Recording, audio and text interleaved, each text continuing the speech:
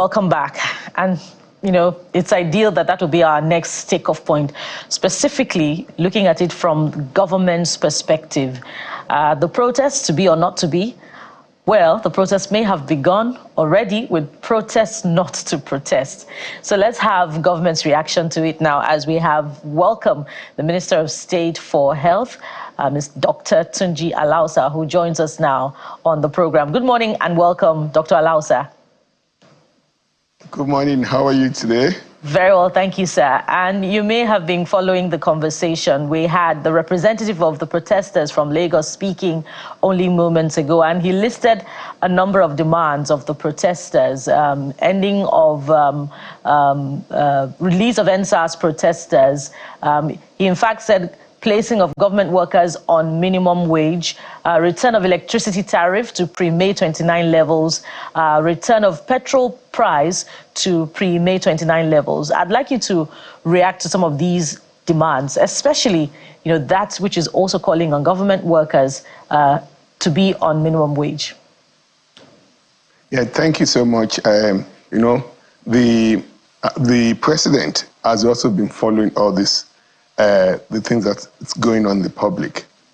I'll tell you, let's just stand for a minute and be objective here. We have, no doubt, food prices are high, there's hardship in the land. But then, this President Bola Ahmed Tinubu, was sworn in on May 29. Today is just about 14 months. A lot of the things that people are shouting and talking about, these problems predated President Bola Ahmed Tinubu's time. But the president on his day of inauguration said, I inherit all assets and liabilities. I asked for this job. Don't pity me.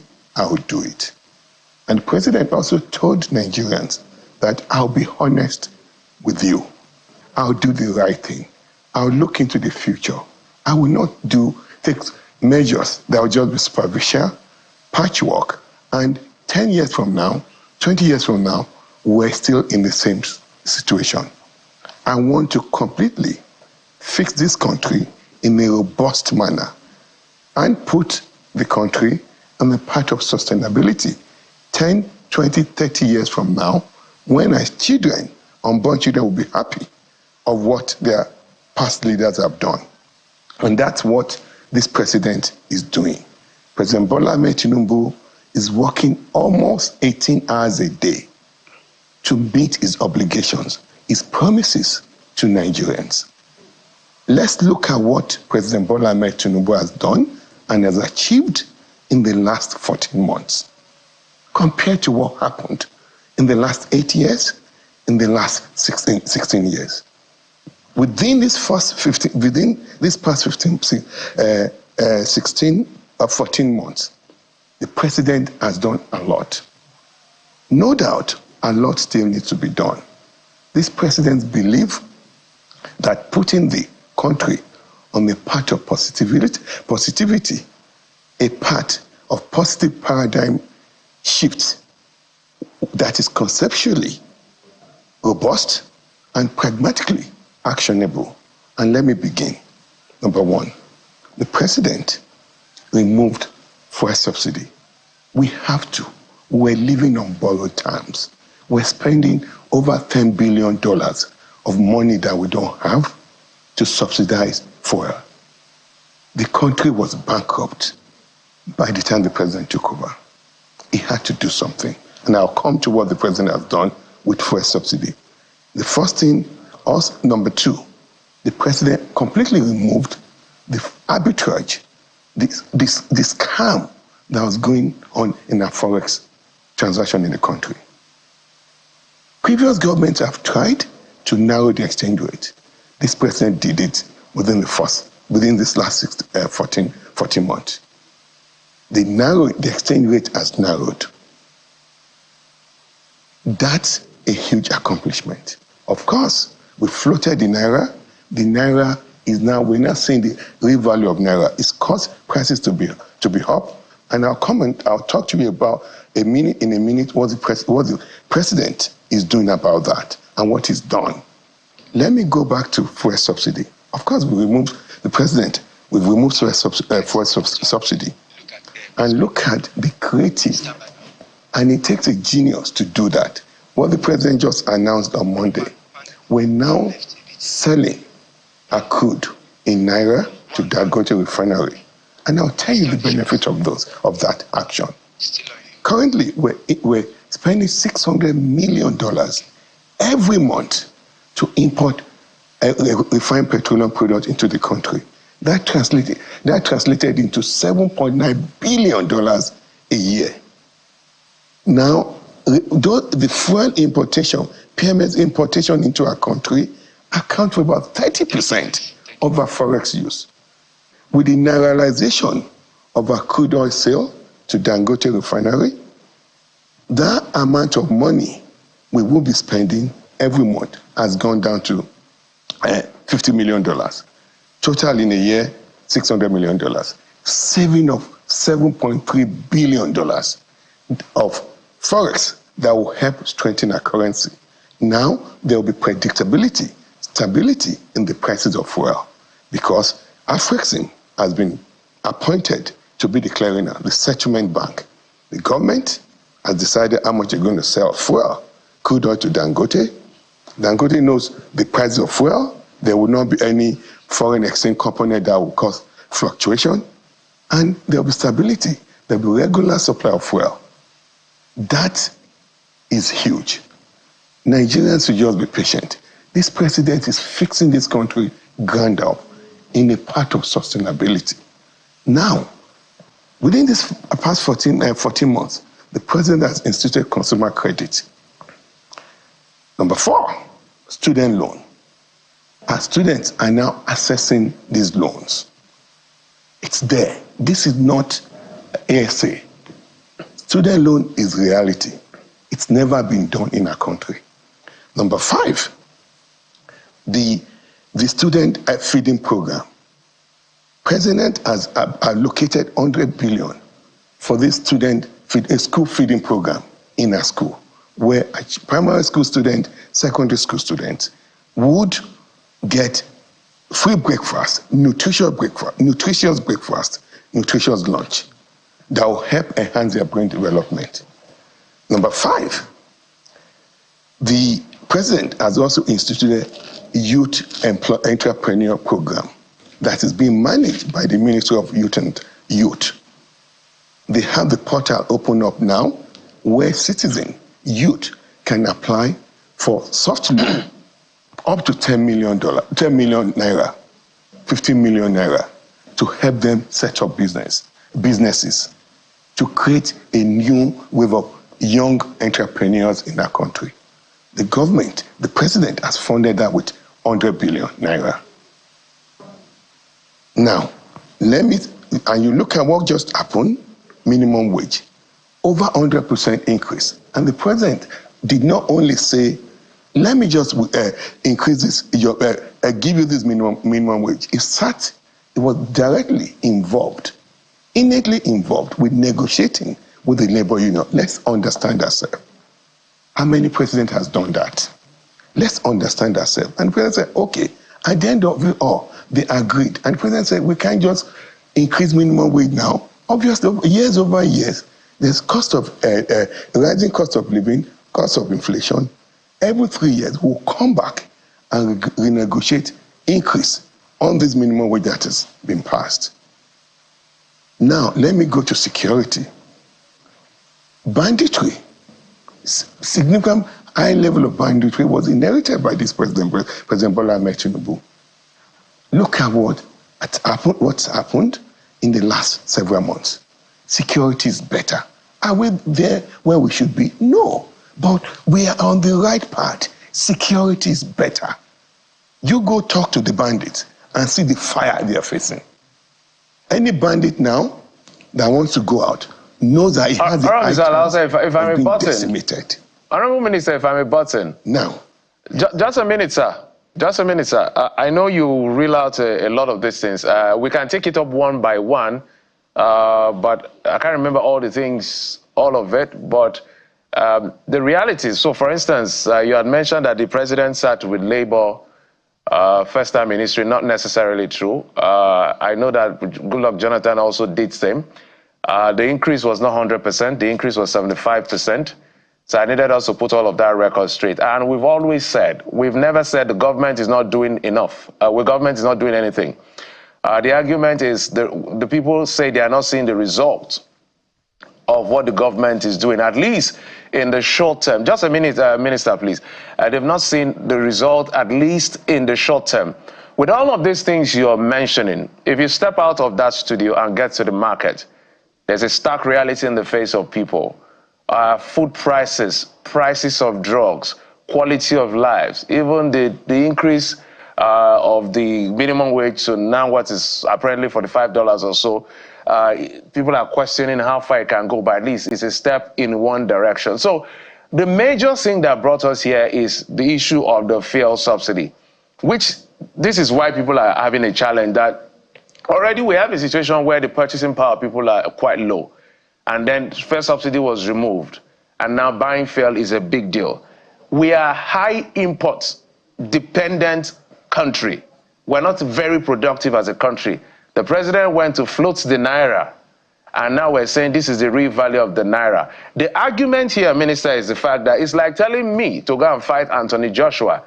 I don't have a chance without preparing me adequately. So the stark reality is that with all of this effort, people are still suffering. So what do you say can be done in the immediate to make people even listen to the government? And thank you. And a lot of things are being done in the immediate terms. The president is an empathic human being. One of the most generous human beings you can see. He feels the pains of Nigerians. He understands this. Nigerians should be patient. These problems, please, let's be fair and be very objective here and be logical. All these problems you've just chronicled were all mess of what that happened in the previous years before President Bola Ahmed Tinubu took over. And what the president has done has actually stabilized this country. And macroeconomic indicators are much better. I know that doesn't translate into what the market people are seeing in the market. But there are several palliative programs that have also been rolled out. The conditional cash transfer. People are getting the money. Go ask them. People should come out and also come and talk about the positive things that this president has done and is continuing to do. You have the nano program. I submitted name to the people. 50,000 naira we disbursed to small market women to support their business. Hundreds of thousands of people have gotten that money across the country.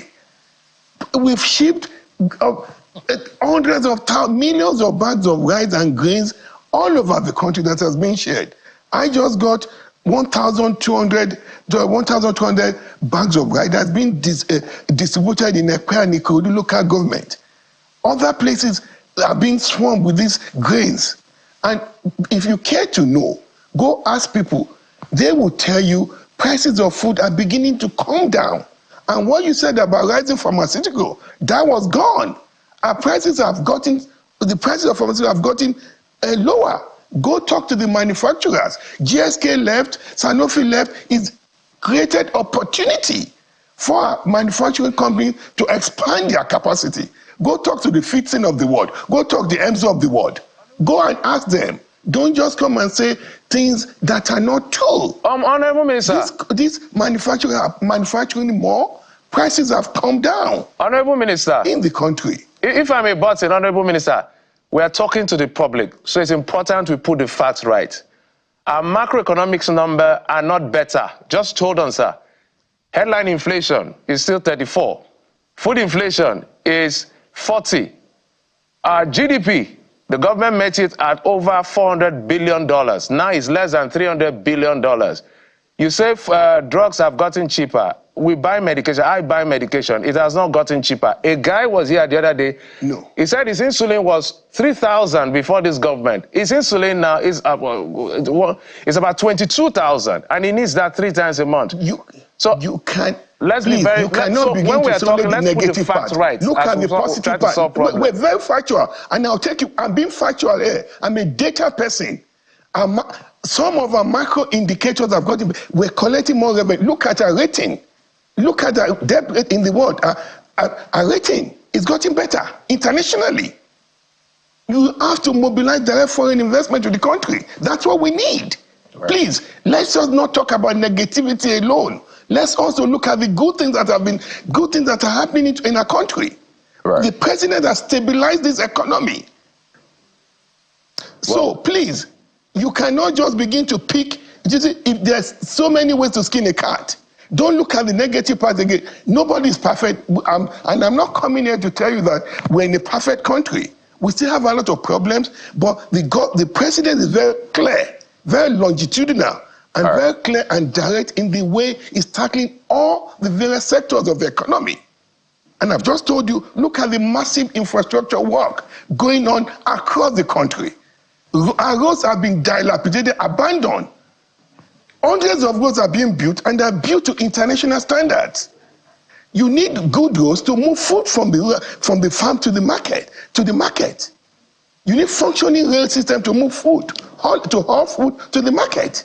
Those were all desecrated before President Bola Ahmed Tinubu became president. All right, so I'd like us to speak to Are you going to fix? Days. Are you going to repair 1,000 kilometers of road in 1 week? Well, I'd like us to speak to the coming days. Look at the massive infrastructure project going around the country. Right. So, I mean, the coming days will be very critical to the soul and the future of our nation, Nigeria. And these protesters, at least the ones that have been identified, the leaders, have made their demands known. And that was what we started with before this conversation. So let's go back to those demands, because it looks like, as you said, government is doing quite a number of things. But whether or not people can feel that is another thing entirely. So government can be doing all of the activities, but when you get to the streets, when you get to the rural areas, the urban areas, when you speak to them and say, are you feeling these things? And they say no, then clearly something needs to change. That is the truth. We can't keep doing the same things and expecting a different result. Something needs to give. One of the demands of the protesters, which we'll go back to, and again, this is anger at the way government has been carrying itself in terms of spending. People have cried, literally lost their voice, saying we need to cut down the cost of governance. There's a lot of waste, profligacy in government. So one of their demands is, for example, place those who are in government, people who are appointed, elected officials, place them on minimum wage. Let us have that pedestal. Because clearly we're not a rich nation, as we've always said. The indices don't show that we're rich, at least in reality. Maybe we have the potential, but we've not been able to translate that. So let us cut our cloth according to our material. So is that something that you think that the president, the National Assembly, all those in government will take on board and say, you know what? Let's cut down our salaries. Let's be on the same pedestal with the people. Then maybe the people can say, well, you're doing something. Yes, good. And two things I'm going to address. I'm going to come back to that fuel subsidy. But let me just talk about this minimum wage. There's minimum wage in lives. The category of worker, hierarchy. You have high income, low income, high level worker, medium level worker, and the workers that do all the other job. So you cannot say, okay, minimum wage. You can't say a doctor, because everybody should be on minimum wage. In the legislators, the lawyers there, the doctors there, they have specialized skill set. Now, if I know, people just say a lot of things and assume, if I tell you my salary in public, but it's confidential, it's just, it's not even enough to sustain me. And that's for other ministers. But then we are all sacrificing. This president gave us the privilege, the opportunity to come and work for him in his mission to save Nigeria and put Nigeria on part of sustainability. Take her to El Dorado. That's why you've seen a lot of people passionately working between 16 to 18 hours a day. We have a motivator in chief in the person of President Bola Ahmed Tinubu. So if you see a lot of people say, oh, minister this, we are getting bare salary, but that's okay. We've accepted to do that job. Well, Honorable Minister, and we will do it. You're clearly not getting 70,000 naira. But now, we need to understand also where the anger is coming from. Imagine elected officials that have not worked as long as civil servants, earning multiples of their salaries. That's where the anger is from. We're working for this, but it looks like other people are the ones buying SUVs and big vehicles. Give me example. You see, they peddle a lot of information. That's not true. Honorable Minister, specific. So you asked for an example. Give examples of those people. Fantastic. Minimum wage today is 70,000 naira. How much does the average legislative member earn? They've put out their salary. It is not 70,000 naira. And when they weigh the work and say, well, this is how long I've been in the civil service, this is how long this person has been in the legislature, for example, you just vie for election, and you get the office. They look around, appointed people, the special advisors and the rest. These are the things people put together and say, it is not adding up. So those are examples. Let me tell you what minimum wage, just like, and with all due respect to you, minimum wage is minimum base. The other benefit that gets on it, minimum wage means the people that are at about level 3, level 4. That's why we have skill set. We have level 5, level 6, level 14. Somebody in level 14 is not earning for. Somebody in level 14 is civil service with their skill set, principal medical officer, and our executive officer. They're not earning 70,000. They're earning based on escalatory rate of their level at work. Legislators also have their job specification. You can't tell them to go and earn minimum wage. Let's be sincere and be factual here. We also see what's happening in other country. Is the legislator in United Kingdom earning minimum wage? Is the congressman in United States of America earning minimum wage? People are being paid according to their skill set, according to the positions they've been employed to work, and at every level their responsibilities, their requirement of those positions. So you can't say legislators should pay minimum wage. That's not what we're talking here. But if you look at the salaries of these legislators, it's not as robust as people are saying. I can tell you my salary in public, but I don't want to. But it's not about me. But it's about, let's look at the society. What is the president doing? This president is extremely empathic. He lives, he drinks, he eats Nigerian. How this country will be better? Let's be patient. We're not saying things are not hard. Things are hard, but be patient. People are coming with unrealistic suggestions. I just told you before this president came in, we were spending over $10 billion, borrowing $10 billion a year to sustain fuel subsidy. And even with the fuel subsidy, there's a lot of arbitrage. The Nigeria needs just about 16 million liters of PMS a day. 50 million liters of PMS was being imported. Arbitrage. We're fueling the entire sub-Saharan Africa. So we can't continue on that path. How can you now? You manage your household. You are living. You're borrowing on your credit card every month. It's not sustainable. For anything that's going to be good in life, there will be some pain. As days go by, months go by, things are going to slowly get better. Let's be patient. The problems we're talking about today were problems that were created 16, 20 years ago. This president can be very deceptive to Nigeria and just do patchwork. 4 years, 8 years. But he said, I will be honest with Nigerians. I will take the difficult decision. I'm looking at the generation to come. We have to leave a legacy in this country. Honorable Minister. And this is what the president is doing. There's just too much people. Honorable Minister. Let's be patient. If I may come in here, let's manage our time. Let's manage our time. If I may come in here, you say that Nigerians have unrealistic expectation. Let's just look at a few of the numbers. I did not say Nigerians have, no, I did not, don't call me. I did not say Nigerians have unrealistic expectations. No. Nigerians have a right to express their anger and frustration. This president is listening, but we will solve these problems. Nigerians should please be patient with us. We are all in the same boat. This is our country. We are all in the same ship. We just have the president who is the sailor-in-chief. Okay. Nigerians expectations, they have a right. Nigerians have a right to demand whatever they want from their government. It's their legitimate right. Okay. Please. So let's look at their legitimate right. So let's look at some of the facts that irk the anger of Nigerians, which is some of the budgetary allocations to government officials. 36 billion naira for SUVs for National Assembly members, 21 billion naira for the renovation of the VP's office. Another couple of billions of naira for the renovation of the National Assembly quarters, 1.5 billion naira for the purchase of vehicles for the office of the SUVs. These are not necessarily modest budgetary allocations in the light of the austere circumstances that we find ourselves in. Yet government officials demand that Nigerians tighten their belts. So the question is, how does government officials continue to demand sacrifices from Nigerians when they're not showing say? Good, thank you so much. Number one, let's just start from the basis here. We run a democracy.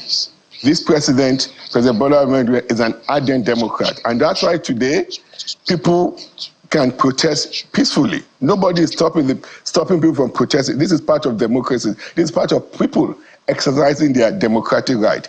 The past week, your previous speaker that was there, you heard that said people are being arrested. That's blunt lie. Nobody is being arrested. Nigerians can demonstrate peacefully. What we're saying is that we don't want people to riot. Now, we run a democracy. We have the legislature, you have the executive, you have the judiciary. This President Bola Ahmed Tinubu, believes in absolute separation of power. Is running the executive arm of the government within the principle, within the ambit of how democratic governance should be done. If you're talking about the legislature, you cannot ascribe that as what, and some of the things you said, you have read it, I'm not corroborating them, but you can't ascribe that as part of why people will be angry against the president. Do you want the president to go hamstring the National Assembly? No, we have principle of separation of power. Judiciary is there, executive arm is there, and the legislative arm is there. Let's be clear. So let's not model things here. Let's not model things up here. So everything you've said now, tell me in the executive arm where you see these shenanigans. There's discipline, there's property. Go to the presidency. All right. Even there's no they're squeezed off. They don't have cash. They don't have money. And I'll tell you, previous presidents have used ways and means borrowing. We inherited almost $7.3 trillion by the past government in ways and means borrowing. All right, Honorable Minister, said, we must race against... use ways and means borrowing to... We must race against time now. Use one... but let me say, please, because this president has not... Just land on that thought and then we must wrap up. Land on that thought and let's wrap up. Okay, thank you. So please, Nigerians, we understand things are hard, but be patient. There's light at the end of the tunnel, and the tunnel is not too far. It's not too far. It's not too long. We're getting there. Please give President Bola Ahmed Tinubu the time to robustly fix this country the way he's doing it. The president is working so hard. I can tell you, at least 18 hours a day. All right. To work for Nigeria, to ensure we have an egalitarian society, where a country where we will all be proud, where decades from now, our children will be proud of us, that we left them a befitting nation. All right. How much more time? We don't know, but we thank you very much for your time on the program today and your contributions. Much appreciated. We've been speaking with the Minister of State for Health, Dr. Tunji Alausa. Thank you for coming on the Morning Brief. Thank you so much. All right, we'll switch gears now. Still on the protests, but we're viewing it from the prism of a youth. You don't want to miss this aspect of the conversation. So stay with us. We'll be right back.